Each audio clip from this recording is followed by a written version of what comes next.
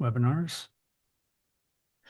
Thank you for joining me. I'm excited about this topic today. It's something that I think is terrifically relevant to my life, to our work, in our everyday lives. Is how do we make better decisions with imperfect information?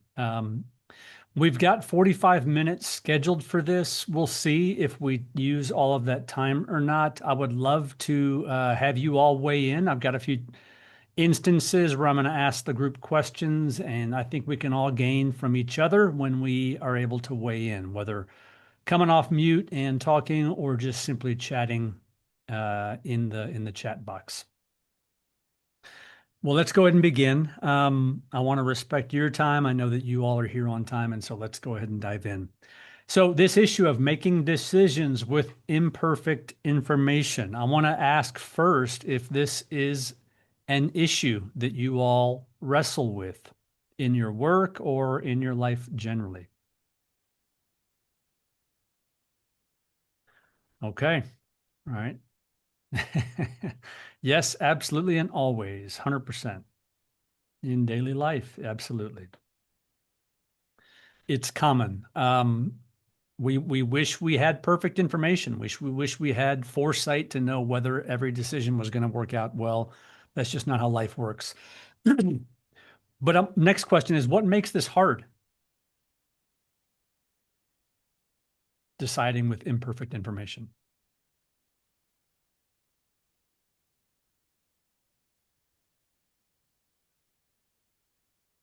Being held accountable for something you didn't know. Fear of the wrong outcome. Yep. The what ifs. Sure. The unknowns. Fear of the unknown. Having to redo work. Oh, yeah, it stinks. Not knowing what you don't know. Having to redo after. Yeah. Okay. All valid points. And I think I can relate to, yeah, approaches to various situations may have differed. Like you may not have the most up-to-date information, and so your decision's based on what you knew at the time. Things changed, it wasn't communicated to you, and so you made the decision based on outdated information. Sure. Yep.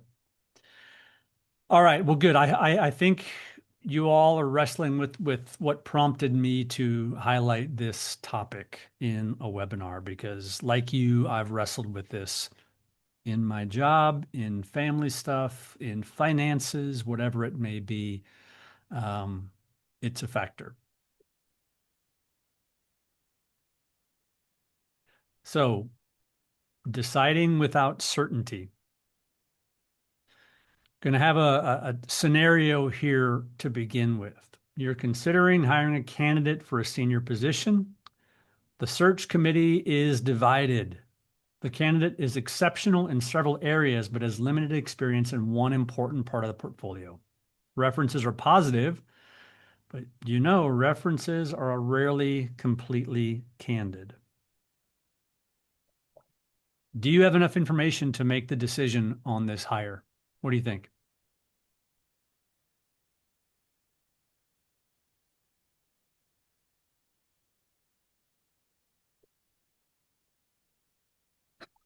Rosalie, you think so? Okay.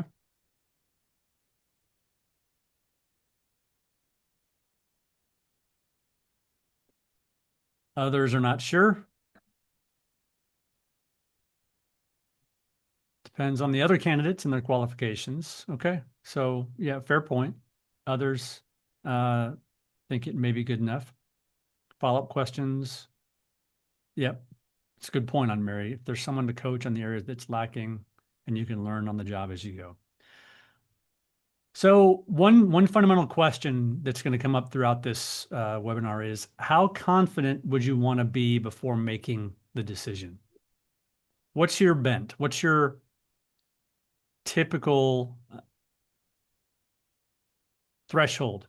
Is it 50-50, 70, 90, or as close to 100% as possible? Okay, a couple are 90, Kim's at 70, Monique 90, Mary same. Okay. Of course, we all want 100, but would settle for 90. Sure. I had a pastor at church many years ago that was one of those guys that just lived life. Some would say recklessly, others would say just with passion and, would let decisions fall where they lay. But his mantra was if I'm 51% sure on a decision, I just go for it and then trust myself and adapt if need be. I always admired his confidence in his decision-making ability. And I wish I would have asked his wife whether that that bent had negative consequences for them. I suspect probably so, but I admired him. He was just confident that he could deal with a decision that didn't turn out well. Um, I'm probably in the 70%. I worked for a large bureaucracy in the federal government for a long time, and information was imperfect constantly. And I didn't feel like I could wait for 100% or even 90% at times. I had to decide on 70. Um, but we're all going to have different comfort levels, probably based on our experience, whether we've been burned before, whether we've demonstrated to ourselves good judgment in past decisions or not. But there's no right or wrong answer. Yeah. Met a lot of professional interviewers who turn out to be awful once the job starts. 100%. People that just know how to interview well, but may not be effective on the job. It's a common story. All right, so we've talked about this. It's a common leadership problem. The decision matters. Information is incomplete, but you still have to decide. And we know this. Leadership frequently requires decisions before uncertainty disappears. Budget allocations, hiring, personnel problems, program changes, organizational restructuring, responding to a crisis, or launching a new initiative. We still have to decide because of the imperfect information. But I want to reframe a little bit how we think about these scenarios, because our goal isn't certainty. That's unrealistic most of the time. The goal is a decision process good enough to justify action, a decision, despite uncertainty. And so that's going to be a lot of the emphasis of the rest of this webinar is developing or having in place a process of making decisions despite uncertainty so that we can have the confidence in making decisions without all the information that we would like. And a lot of this presentation I want to share with you is based on a book called Thinking in Bets, Making Smarter Decisions When You Don't Have All the Facts by a woman named Annie Duke, who's got a fascinating story. She was a professor, I believe, in psychology, um, dealing with uncertainty, that gave all that up and became a professional poker player for a long time, and realized that the things that she had studied were so relevant to her becoming a world-class poker player. A lot of uncertainty in playing poker. You don't know what others have. You don't know what the next flop is going to show. And so she developed these tips for how to make decisions without the information that we would need. And so really fascinating book that I highly recommend. Okay, so I've got four principles that I'm going to talk about in this presentation. The first one is a good decision can have a bad outcome. And there's a little chart there. If we make a good decision and there's a good outcome, we can say, well, we deserve success. We made a good decision. But if there's a bad outcome on what we thought was a good decision, that may be attributed to bad luck. Things beyond our control led to a bad outcome from a good decision. Or we can feel like we made a bad decision, but you know what? It worked out. Did we get lucky? Or was our decision better than we thought?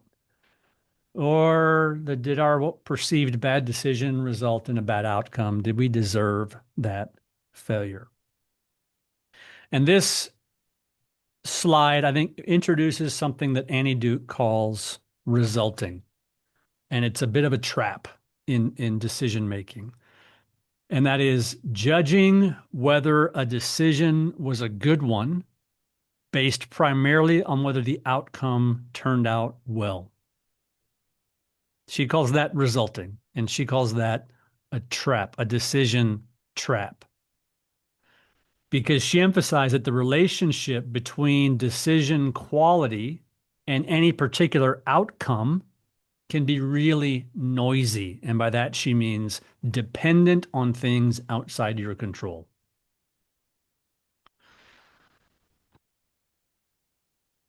So, her contention and mine in this webinar is that we need to shift the way we think about whether a decision was good from whether it resulted in a good outcome to whether we incorporated a good decision-making process.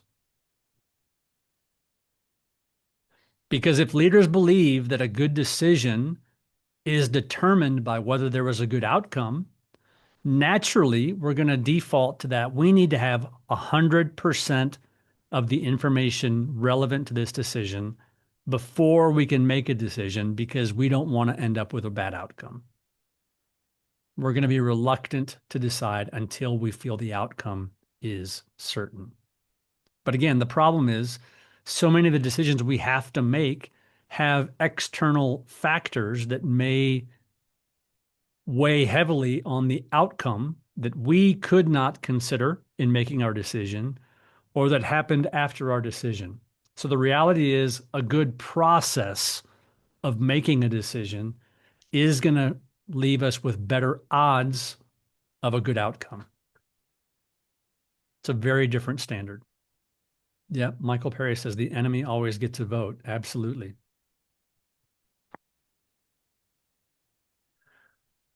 How do you think, how does this strike you? This shift of a mindset from the outcome determines whether a decision was good to whether or not our process of deciding was is the determining factor on a good decision. What do you, I'd love how it's landing with you.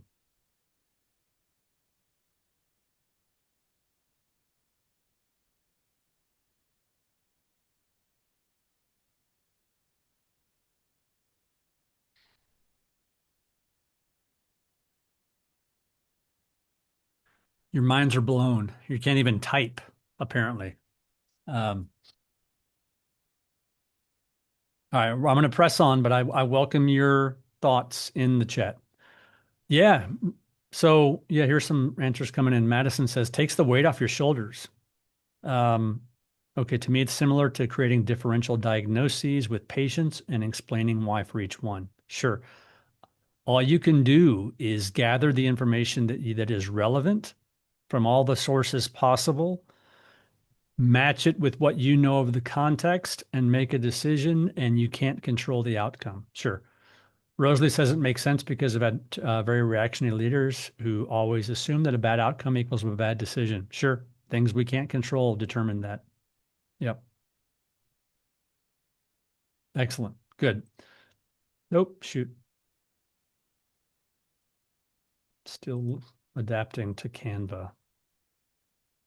All right. The second reality, the good process determining whether a decision is a good one, creates a healthier leadership question. Given what was reasonably knowable at the time, did I make a sound decision? I mean, that's all we can ask for from ourselves, from our leaders, from people that work for us is if you understand,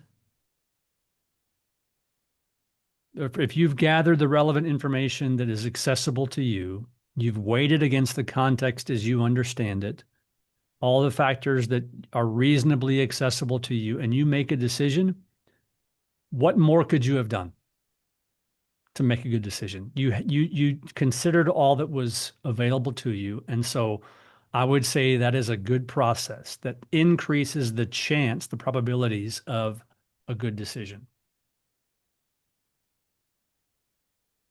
And that's all we can ask for. You are responsible for the quality of your decision process. You cannot guarantee the outcome. I think that's a fact. I think that is a reality. I think some of us have probably worked for people that don't have this outlook, that view a bad outcome as a flaw in or a poor decision. We can't control other people. Um, I suspect, I mean, I've been there. In my career, I've made a judgment call based on what I knew that didn't turn out well and suffered for it. Got read the riot act. But that can't change how we make decisions ultimately, because the alternative is if we let that criticism reign, then we're going to become indecisive leaders, um, or we're going to delay making a decision past when that decision would have been most effective. And we'll talk about that here in a minute.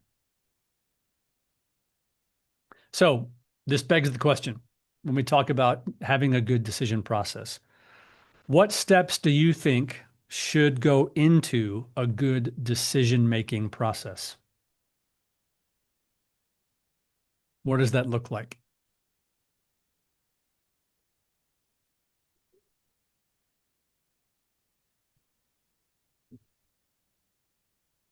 Risk assessment?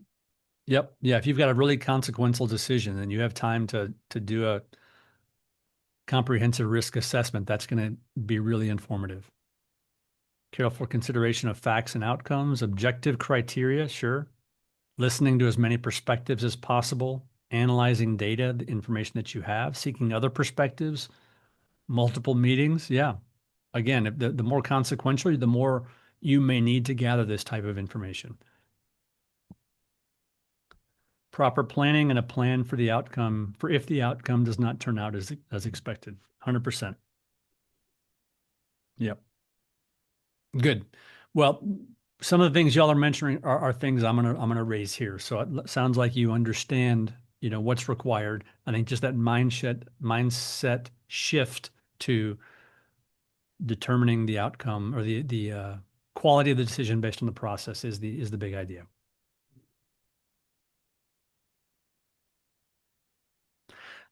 I've got three more principles, but they're all going to be illuminating this idea of the decision-making process. Second principle is think in probabilities. Rather than will this work, shifting our mindset is how likely is this to work? How likely is this decision to work out? Again, this gets to the question I asked at the opening slide. How sure are you? 50, 60, 70, 90? What's your threshold?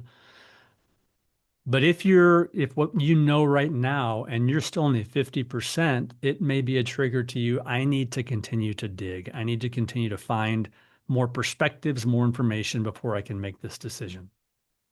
If you're already at 70 or 90, you may not need any more information.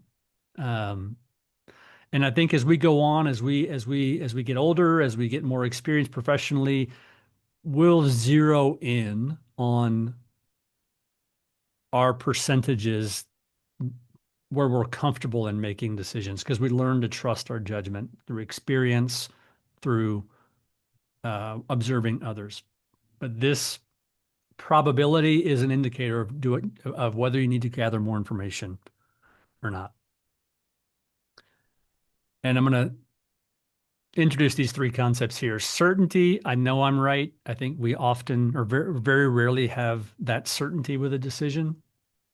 Confidence, and in contrast to certainty, given what I currently know, this appears to be the best choice. Sounds reasonable, right? And then courage. I'm willing to act knowing that I could be wrong.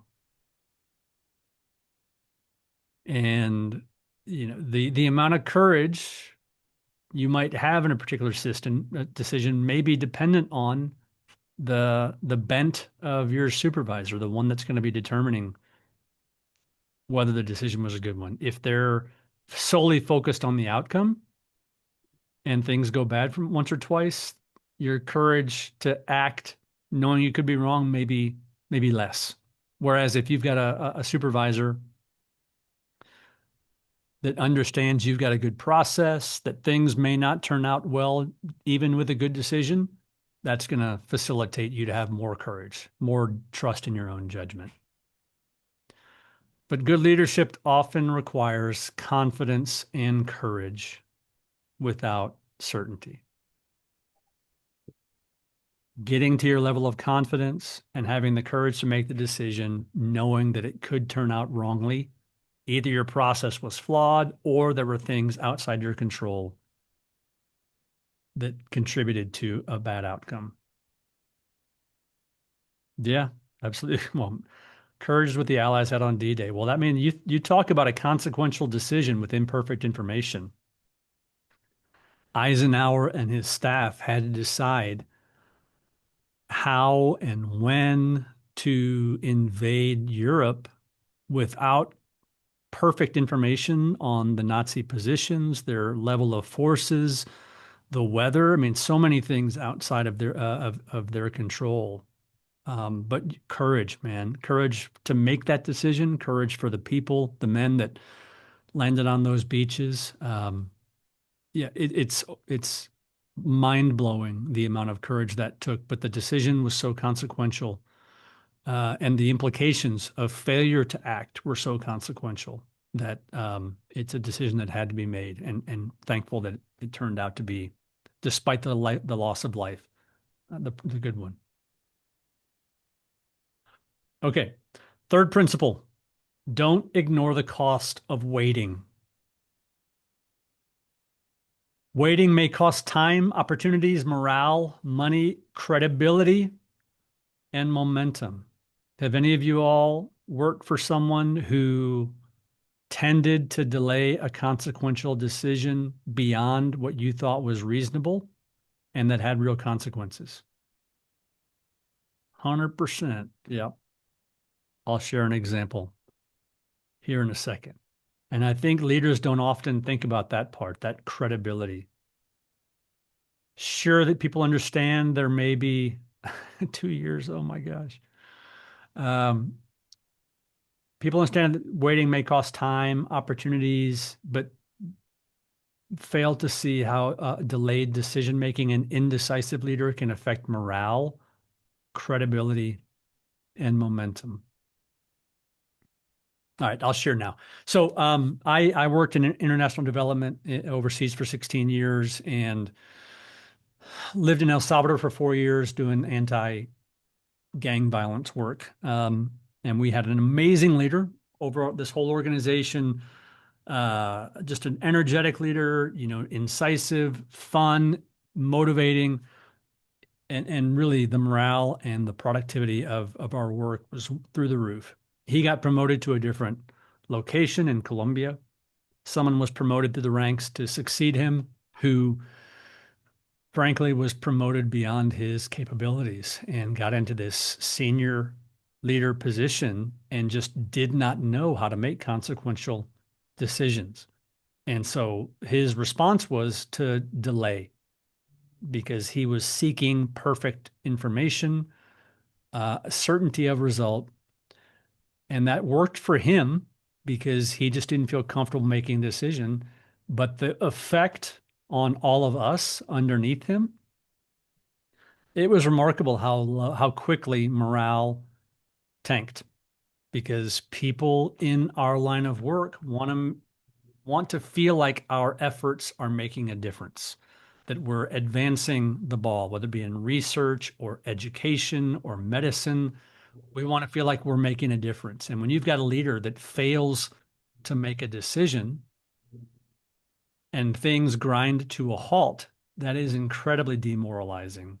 Um, and I've lived it.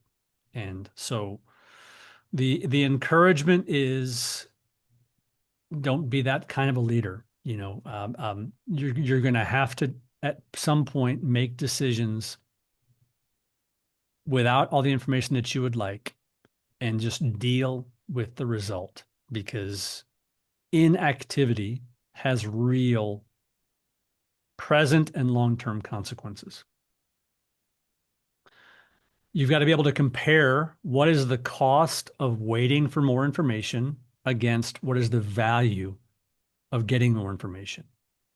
If the cost of waiting is minimal, you've got a little bit of a ramp, then sure, let's gather more information. But if the cost of waiting is missed opportunities, significant opportunities, is a demoralized staff, people leaving your team, then that may tip in favor of a decision, even though you would like to have more information. This is not easy stuff. And I'm not trying to sound flippant, but it really does um, have ripple effects when a leader fails to make decisions waiting for perfect or more information.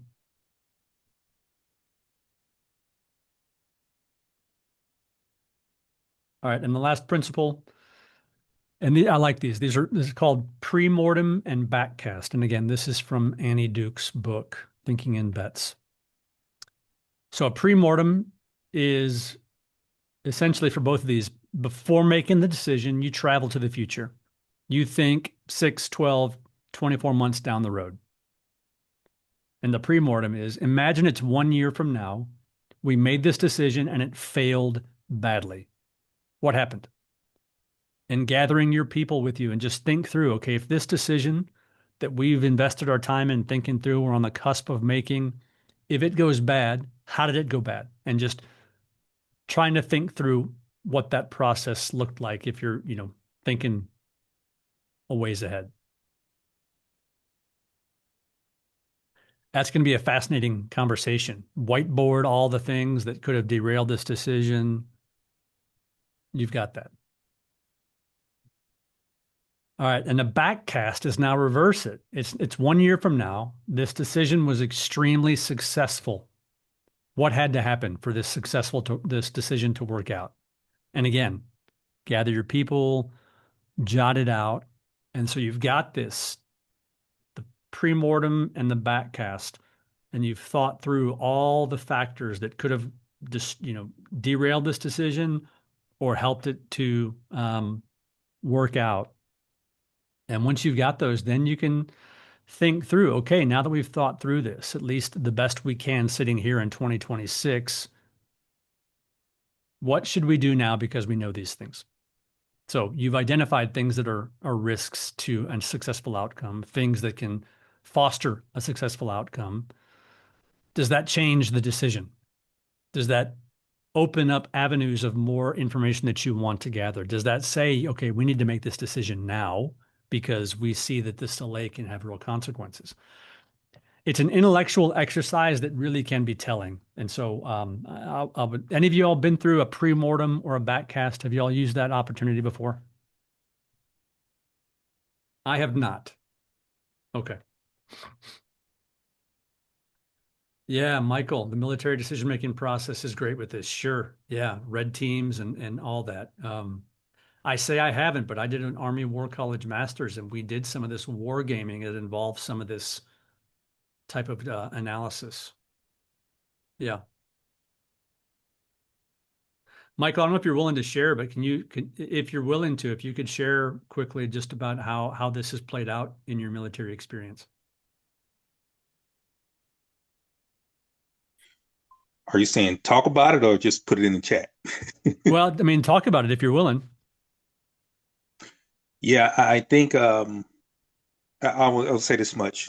One of the things we learned in CGSC when it came to OIF and OEF, although we used the military decision-making process to war game what we thought was going to happen, we never fully looked at what was going to happen when the regimes fell and how we were going to wrap back around and support whoever ended up in charge. We're great at execution, but then the end game, Yeah. that's what we do a horrible job. Interesting. Yeah. Interesting. And that's been the main criticisms for a lot of our adventurism in the Middle East is that not thinking through the end game. Um, Good. Well, I would love it if you all I'm gonna share this PowerPoint probably in the next couple of days with those who signed up, and if any of you all have a consequential decision on your teams or individually, and conduct this pre-mortem and or backcast, I'd love to hear some feedback on how it went. So pre-mortem essentially is what could cause failure. The backcast is what must be true for success.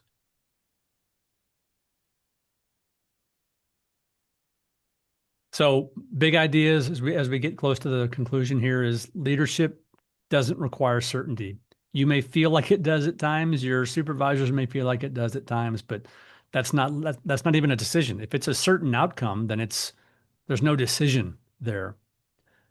Decisions involve risk, and we need to be the kind of leaders that get comfortable making decisions with some risk as long as we have a credible, as thorough as possible process for making decisions. We can then be confident that if it went wrong, there were things outside of our control that contributed to it.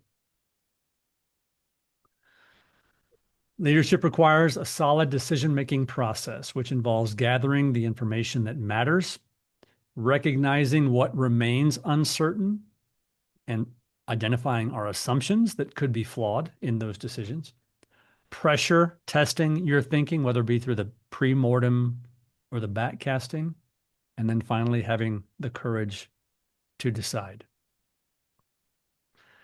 Because a leader who waits for certainty may never make a bad decision, but may also never make the decision when it matters, when it's needed.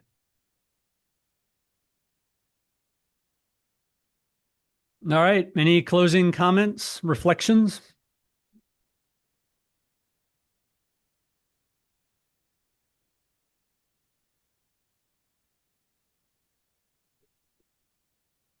Thanks, Madison. Thank you all for joining. Our office has several more webinars coming up over the next couple of months. And if you have ideas, something that you're wrestling with, your team that would make a good webinar topic, please let me know, let Anita know, let our team know. We'd love to be responsive to meet the needs of things that y'all are wrestling with.